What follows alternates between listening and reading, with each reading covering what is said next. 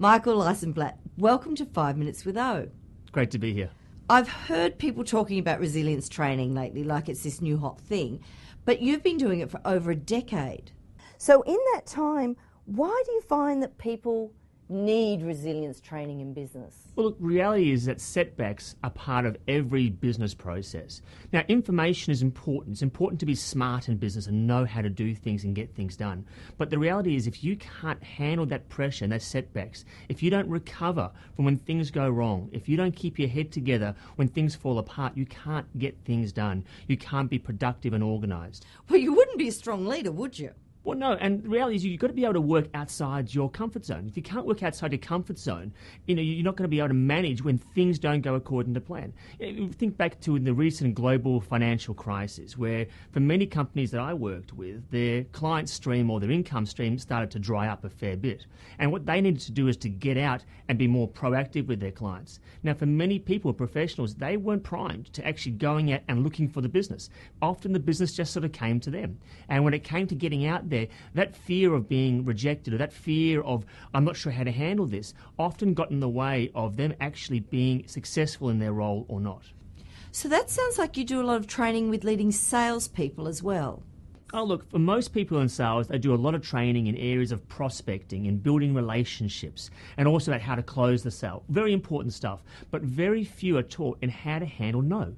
How to handle the situation when things don't go according to plan, when they're rejected on some level. And that rejection can really impact their confidence, their desire to get out and do more prospecting, and the way in which they keep contact or don't keep contact with their database. Handling no in a sales process and being able to be okay with no is crucial to a person's success in sales. Well, not taking it personally is important. Yes. Yeah. And then being able to bounce back or come back from the setbacks.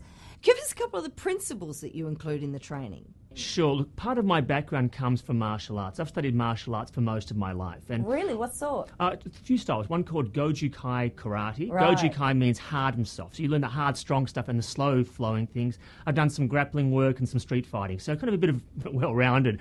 And the one thing that's taught me is that you've always got to be ready for anything in business. In anything that you do, you've got to be ready. You've got to learn how to fail fast. I mean, the only way you learn to succeed, particularly in martial arts... I love that. Oh, you've got to. Fast. You've got to fail fast. Because we all fail sometimes, right? Most of the times. We don't actually realise how often we fail. And failing is a good part. Failing is not a destination. It's just a step along the process. Mm-hmm. And when you mix up that mindset that, it's a destination, you go, oh, man, I'm not good enough. I can't do this. It's not about the failure. That's the step to where you need to go.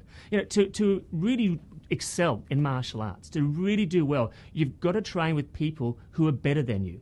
You've got to be out there taking the bumps, getting hurt along the way, but go, I understand why I got hit there, and you learn from that. You don't waste the pain along the way. You use that and you bounce forward. Don't waste the pain. That sounds like another key part of resilience. Very much so. And look, I can also say part of my background comes also from shiatsu, which is not a dog, by the way. Right. It's not a shiatsu. No. Shiatsu is like acupuncture, but without needles. And I operated the Melbourne Shiatsu Centre for about 7 years, worked with about 4,000 people over that time. Learned a lot about how pressure affects a person in terms of their energy, in terms of their engagement, in terms of their health and well-being. And for a person, if they don't get over setbacks, if they kind of stew over it and they feel down and they don't let it go, they don't move over it or get past it, it makes them feel down. They don't have the confidence to get back out there and make the other sales calls. So another principle is get over it. You've got to find a way to get over it and get back into it. So you teach those skills in keynotes as well as workshops, but how do you do it so people can remember them? Well, you've got to answer 3 questions. First question is from the audience point of view is what's in it for me? So you've got to make sure it's relevant. What I do when I run a training program, I actually do a lot of research behind. I find out about the client's needs. What are the problems they're going through? I talk to some of the people who's going to be in the audience and get their point of view of what are the setbacks and how is it affecting their culture, their morale, their targets. So it's very important to understand what's in it for me so that when a person rocks up to a keynote or a workshop, they know it's about them. I have taken the time to understand them. Second is, number 2 is, why is this is different from anything else I've done before, because there's a stack of sales training around and pressure management training around. What I do is I bring my unique background. I talk about martial arts, I talk about the shiatsu, about the psychology background, and I make sure that it is usable for them, that it's actually interactive. I do what's called smorgasbord learning.